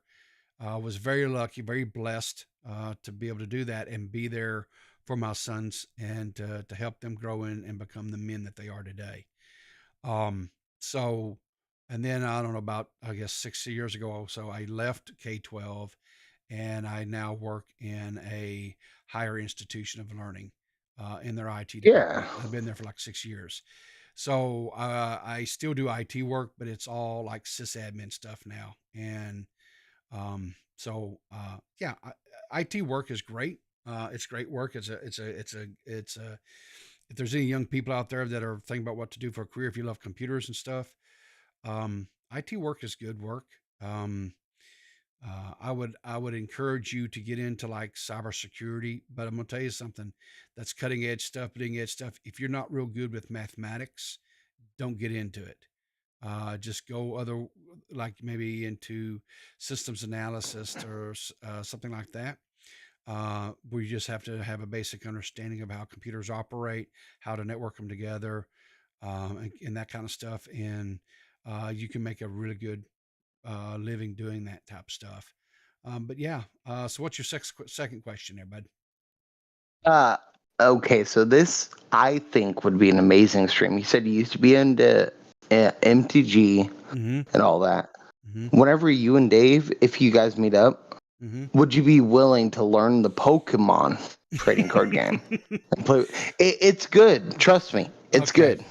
It's not that hard to learn either. Yeah. So, because I'm sure basically all those card games like that, Pokemon, Yu-Gi-Oh, MTG. Pokemon's cheap. Yeah, it's all, I'm sure, relatively the same principle basis, right? You got to have, with MTG, you have your mana cards, which allows you to cast your spells, right? And I'm sure there's something along the same mechanics there for, Pokemon. Would I play? Yes. Energy. 100%. Yeah. Energy. Okay, fine. Would I? Yeah, sure. No problem. I would, I'd play Pokemon with him if he had the cards and he had, that would be a great stream. Okay. Yeah, sure. And it maybe it's something I know there's like some, is there like some maybe digital online Pokemon stuff too, that you can play the cards online? Yeah. I don't know if Dave does that or not, but if he does, I'll talk to him. Maybe it's something we can work out. Yeah. We can do a stream on, like, maybe it's Twitch or something one time. That would be great from you guys. All right. Well, maybe we'll thanks for yeah, no problem. Thanks for calling in, buddy. Have a great day. Okay. Yeah, man. Thanks, man. All right. Okay. So that was Fuzzface. And hopefully, I know some of that stuff may have been you guys have heard before, because I kind of have talked about it before. But anyway, hopefully, maybe you guys got to see a little more insight in who Peepaw is there. I don't know. So where was we at? Okay. So yeah, Bo Blacks and stuff. Yeah. Okay. you know what? I don't. Basically, Bo Blacks and Keemstar have a conversation, and they kind of, I think, hash it all out there, whatever. But go check out Bo Blacks' stream.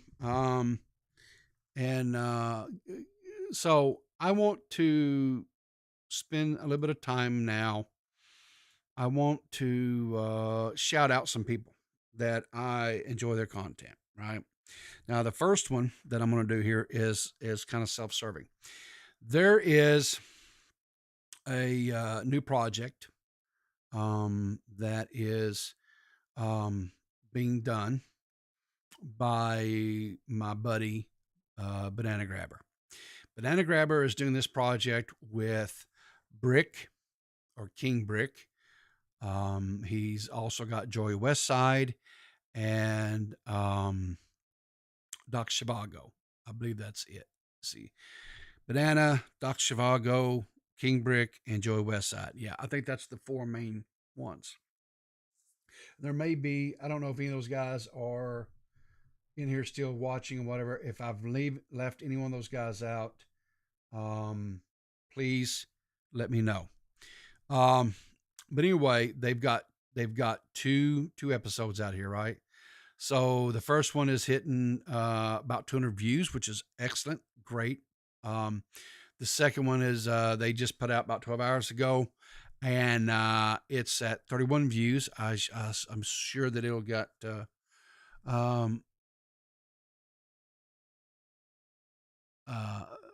I'm sure that it'll be up there as well. But now, guys, I'm going to tell you, this project, this is not a drama project. They're not doing drama. They're not covering drama, type of stuff is what Banana says. That's not the heart of this. This is about comedy. So they sit and they talk about different subjects, and they laugh, and they just kind of have comedy stuff. So I wanted to watch just a small little segment of this, kind of give you guys a little bit of exposure to this, and maybe you guys could check it out, check out this podcast, and maybe give them a little bit of view. And here's the great thing: if you've never seen, because I know Joey Westside, he does like second chair or third chair, whatever, sometimes over on all right, and we are now on SFTP. But you'd get a chance to actually see what Joey Westside, the handsome devil that he is, looks like. This right up here, this handsome devil right here, right? This peak representation of the male form is right here. This is Joey. My God, I am sexy Westside. I mean, this here, right here, this is why all the girls go ooh woo. I mean, they are just ooh wooing all over the place. All they do is just ooh woo. Just when you go and watch, it's just ooh woos and more ooh woos. It's just ooh woos, ooh woos, ooh woos, right? And Abby Blackbird says straight up, no joke, she would bone Joey Westside. And I take her as a woman of her word. But anyway, this is them. And you see, it's a whole lot laid back. I'm going to tell you something, guys. Any of you guys that maybe have watched the Clear as Mud podcast with me and Banana, this right here is going to give you a whole different view of who Banana Grabber is. Banana Grabber is completely and totally unfiltered over here. So if you want to see, because he kind of refrains, he kind of filters him a little bit, because people can't deal with some of the stuff. I can't, But anyway, let's just watch a little bit of this here. Let's give them a little love. I'm gonna give you guys the link to the channel here in a minute. But let's kind of watch and just kind of give you guys a little perspective of kind of what they do. This is for the timestamp. Everyone can suck my dick, especially your mother. Yo, how you doing, everybody? Happy Hanukkah, happy New Year, Christmas, Kwanzaa. This is gonna be out in 3 weeks, so. Well, I mean, yeah, that people get to like look back and reminisce on the times that were. You look like Reminisce. acorns, to be honest. You look like an Yeah. acorn, dude. Look at your fucking face right now. I know. I look like You've an got the acorn most because round face. Yeah, because I am what I eat, and I eat acorns. I'm actually. So that guy that he's in, that banana, this is banana up in the top left. This guy in the center bottom, that's Brick, the one that is evidently has an acorn face. Squirrel. See? How big can your cheeks get? I'm really tempted just to pop one of these bad boys right now, but it's not going to do anything. Well, if anything, it'll put me in a good mood, right? So what is? Hang on, what is he fixing? You should pop one of those bad boys. That's what you do. That's bad. I think Brick Brick may have just consumed He's going something. fucked up. Just sitting here like start munching. on For the- YouTube who's paying Uh-oh. attention, that Oh, is that's- a bag of candy that he Bag got of from candy. Christmas, and Christmas, it okay. is not illicit material. Exactly. Welcome to the show, Dr. Shivago. You are there's muted. Dr. Tastes really Shivago. good. It's He like probably a- eating that chicken. eating that chicken, that juicy chicken. That juicy. He's I really jerk. jerk right now. So anyway, guys, this is the Unhinged, I guess, podcast is I don't know if they're labeling it that or whatever, but they've only got 43 subscribers. You know what? And I know that we can get them to, I believe we can hit, I think we can get them to 100 subs. Don't you think, guys? Do you think we can get them to 100 subs? I think we can. There's the link to the Unhinged podcast. Let's get them to 100 subs by the end of this weekend. I think we can do that. And I think they would love that. I think that would really help them out, and they would appreciate that. Now, I want to go over some of the people that I like to watch. Now, I'm old, so I have a wide diversity of content creators that I watch. I have cooking channels that I watch because I like to get new recipes, and I like to cook, and I like to do things with the wife. So we got Babish Culinary University, right? And they have a whole diversity of different people that cook on there.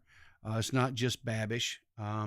They've got a dude on there, and I think it's Kenji is his name, and he cooks dishes from like anime shows. So like if you guys are anime consumers, you might want to check it out because he's probably making dishes and stuff from maybe from your favorite anime. And if you wanted to make some dishes from your favorite animes, they show you how to do it.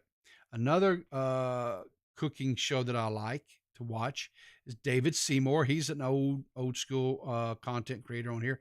And what he does is he takes other shows like Sam the Cooking Guy and things like that, and he takes their dishes. And what he tries to do is like a theme. Like, so if this one's making, for example, a chocolate cake, then he gets this person's recipe, this person, and this person's, and he makes all their chocolate cakes, and he tests and whatever, and he ranks them to about which is best, right? And he's just fun to watch. I like David Seymour. I watch his stuff. Another person that I watch, of course, we've got Emily D. Baker, right? If you want a legal view on what's going on out there in celebrity and even in some cases some YouTuber type stuff, Emily D. Baker is a must to be subscribed to. If you're not subscribed to Emily D. Baker, you are sleeping on her big time. Another cooking show I really like. Now, this one here is Whippoorwill Holler. Whippoorwill Holler. Now, this is why I like Whippoorwill Holler. Okay. I'm a little bit biased on this. Whippoorwill Holler they live in Arkansas as well. And I can't not remember how I came across them one day, but I did. And listen, Miss Lori here, she is old school. She cooks recipes and stuff, foods and stuff that I grew up with as a kid. Not only that, Miss Lori was a cook at a school district for years, right? So she does a lot of recipes and stuff. As you guys, as youngsters, if you ever ate cafeteria things like the cafeteria pizzas, if like the pizza used to have in cafeterias, the big squares, they cut and whatever. She shows you how to make that type of stuff, and just different kinds of dishes and stuff. And then she also has just like what I would consider just Southern food as a whole, like stuff that I grew up as a kid eating. And she's making these recipes and stuff. I can still do it, and I'll whip it out. Oh, hang on here. Someone done whip it out something. Okay. What do we got here? Etika with a K tip $50. Merry late Christmas. Well, Erica, thank you so much for that. I appreciate that. Wow. Thank you. But anyway, the name of this channel is Whippoorwill Holler. If you guys would like to, maybe if you are not from the South and you would love just like some old, what we call traditional Southern cooking and stuff like that, give this channel a look at, right? She's got 371K subscribers. When I first started watching her, guys, she was under 1,000 subs, and she has grown big time. Now, I will tell you, her and her husband are Christians, and they do talk about faith, and they do talk about their beliefs on their channel and stuff. So if you aren't if that's not your thing, that's fine.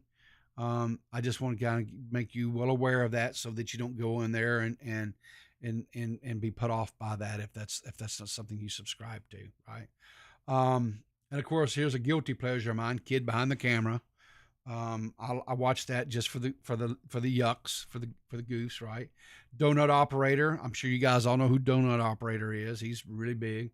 Nerdy John, of course. Ricky Berwick. You cannot go without Ricky Berwick. Optimus. He makes content and commentary and stuff like that. Now this guy here, James Butler, and we're going to watch this little short. Having kids. We'll watch this here, okay? We're going to watch this. This is a short. Now, I first discovered James Butler on TikTok. James Butler is he does wells and septics. I think it's in like North Carolina. I think that's where he's at. Anyway, he's an old school person like myself. I may even be a little bit older than him. I'm not sure, but anyway, he plays video games and stuff like that. But I found him on TikTok, and he'd make the little TikTok videos and stuff. And he has a lot of the same he has like the same mindset stuff that I have, right? And so he went over to start doing things on YouTube as well, because TikTok kept screwing with him, like banning his like taking his videos down and channels, because I guess his views or whatever are not something that they like over there. But anyway, to me, it was just common sense type stuff, but whatever, I digress. So let's watch this little short, because this short here gives a really good example exactly what I like about James Butler here. I was in the local grocery store today and saw a kid being an absolute imp. Yelling, screaming, shouting, knocking things down off the shelves, and throwing things in the floor. The mother was pretty much losing her shit. Hey, Johnny, stop. Johnny, sit down. Johnny, sit. Johnny, I'm going to tell your daddy, Johnny. Because I'm rude, I was staring. And staring more. And I stared a little bit more. Finally, the lady looks over at me and she goes, "Is there something you want to say?" "Yes, ma'am. You know you're bigger than your child, right?" She might have taken that as a comment on her weight, but it wasn't. The child was like 5. She said, "Excuse me?" I said, "Yeah, you're bigger than your child, which means you can, in fact, force your child to stop that shit." And this... Well, there's a noble thought. This is the revolutionary part of being a parent. You can, in fact, instill that it is wrong for your child to do that by some tactic that we call punishment. Punishment. Exactly, James. Punishment. But anyway, let's see who else. Is there anyone else that I did? Runkle of the Bailey is another law tube YouTuber that I watch. Of course, Tipster. How can you not be subscribed to Tipster? Correct. Doc on the radio. Of course, have Mike the Bike. Stardust. I am sub to hers. I don't watch. I'll be honest with you. I don't watch hers as much as I used to, but I still do have it out there where I occasionally will watch her stuff. Sam the Cooking Guy, another food content creator that I really like. I watch his. He's actually given me some recipes and stuff that I've actually tried and I like, and has added some new things to my wheelhouse, which I'm always about. And of course, hey, D-Max, right? You got to be sub to the D-Max. If you're not sub to the D-Max, what are you doing with your life? Keemstar Show, of course, Drunken Peasants. There's just so many, right? Some Ordinary Gamers, Penguin Zero, aka Most Critical, Cabos, of course. Worth a buy. This guy here, if you want to get a really good, there's like a game coming out or something like that you really are interested in. You think, hey, would I like this? But I don't want to drop. I want to drop this, whatever it is, 50, 60 bucks on this game. More chances than not, this guy here, Mac, from Worth a Buy channel, has done a playthrough or review of it. And, he's a really good source to see, hey, if this is a game that you might want to drop your hard-earned money on, right? But anyway, that's just kind of a little brief glimpse, if you will, on some of the content and channels that I like to watch, that I like to consume. Maybe I've shared someone there where that you're not aware of. Anyway, listen, I'm going to wrap things up because I think poor John has already kicked his back a little bit, and I don't want to cringe on him. I don't want to, whatever. But listen, guys, so I'm gonna wrap this up. I appreciate you. 8:00 tonight, Eastern Standard Time, Dead on Dave. I don't know who all is going to be there. Saturdays are typically for Drew is sharing. I don't know what all we're going to be talking about just yet. I can tell you part of the conversation is definitely going to be, and probably the majority of the conversation is going to definitely be around the Coffeezilla and Logan Paul thing. This is something that Dave has really been following. So definitely wanted to get over there and follow that. Cause like I say, I'm without any hesitation, Dave will be more knowledgeable about this than really what I am. I just kind of wanted to tease it a little bit to get set up for Dave tonight. So make sure tune in and to him 8:00 Eastern Standard tonight. Watch his Twitter, watch my Twitter. We will get as soon as we get the show set up, link set up, whatever. Little later on this afternoon, we will 100% get that out and get that up, get that going for you guys. So make sure to check that out. Nerdy John is going to be going live here in about 2 minutes. So I want to end this right now so that you guys can go refill your coffee cups, maybe grab you some breakfast if you haven't had breakfast. Come back down, sit in front of your TV, your monitor, whatever it is device that you're using, 100%, and go support Nerdy. Matter of fact, right here, there's the link to the stream. But until also, before I forget this, Clear as Mud podcast will be live. We will be back up and going. We're coming off our holiday break. We will be live Sunday evening, 5 p.m. Eastern Standard Time. I don't know what we're going to be talking about yet. Banana and I haven't had a chance to discuss that yet. So we'll be discussing, I'm sure, something. I don't know what, but make sure and check out Clear as Mud podcast. I showed you guys earlier. I think I put links in the channel, whatever, for us. Make sure to check that out. I know the bot has it as well. Shouts out the podcast. So make sure to check that out. But anyway, until then, guys, you got a minute till. Go over there, check out Nerdy John, show him some love, and keep your powder dry. And I will see you in the funny paper.